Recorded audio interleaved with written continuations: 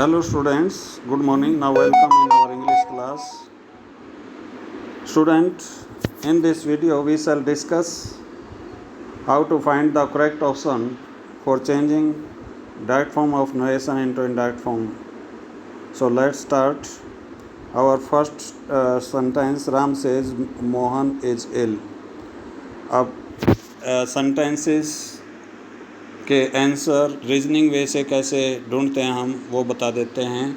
अब ये देखिए सेज का ये नहीं हो सकता क्योंकि यहाँ पर आस्क है और यहाँ कोई ये इंटरोगेटिव सेंटेंस नहीं है, तो ये नहीं हो सकता। दूसरा, सेज को टेल्स में तब बदलते हैं जब सेज टू होता, लेकिन यहाँ सेज है अकेला, तो ये भी नहीं हो सकता।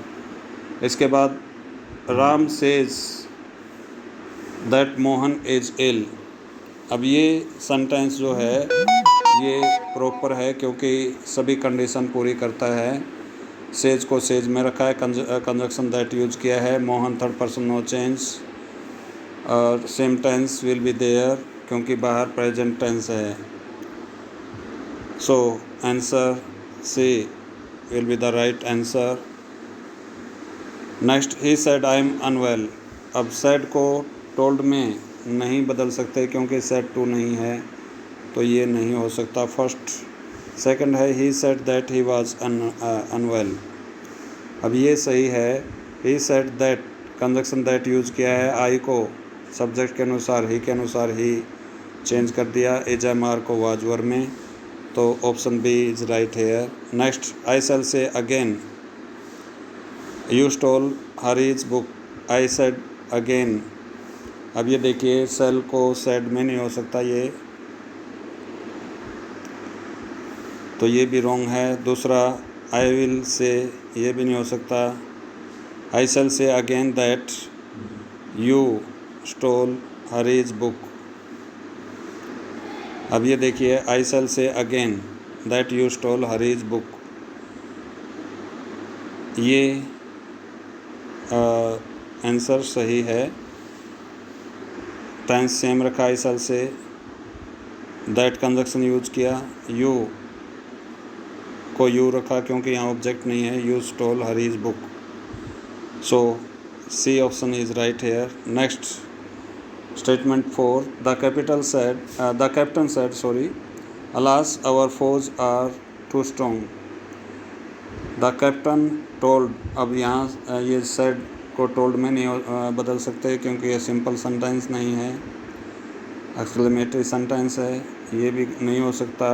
The captain exclaimed with sorrow that their foes our, according to the captain third person singular, इसका जैसे वी आवर वी से बना वी प्लूरल है, उसी तरह ही का प्लूरल दे, और दे का possessive pronoun their, that their foes are को वर में सही चेंज किया, so here C option is the right answer.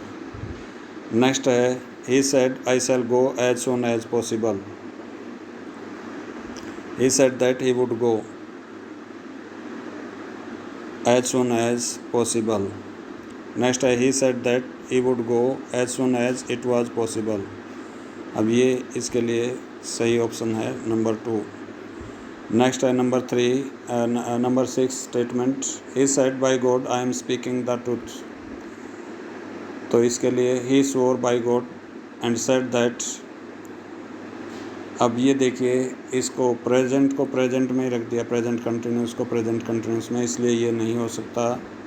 Next है, he said that God that bye God, ये भी नहीं हो सकता। तो ये थर्ड ऑप्शन है, he swore by God and said that.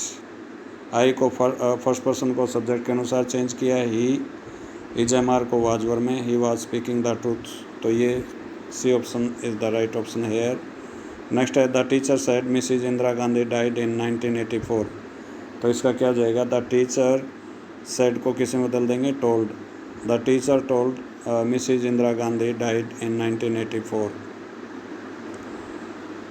अब ये देखिए सेड को टोल्ड में नहीं बदल सकते क्योंकि सेड टू होता तब टोल्ड में बदलता, तो ये नहीं हो सकता। इसके बाद the teacher said that Mrs Indira Gandhi died in 1984। अब ये हो सकता है क्योंकि इसमें सभी रूल फॉलो किए गए हैं। अब ये क्यों नहीं हो सकता, क्योंकि सेड को इसमें टेल्स में बदल दिया, तो इसके लिए ऑप्शन बी जो है वो सही ऑप्शन है। नेक्स्ट,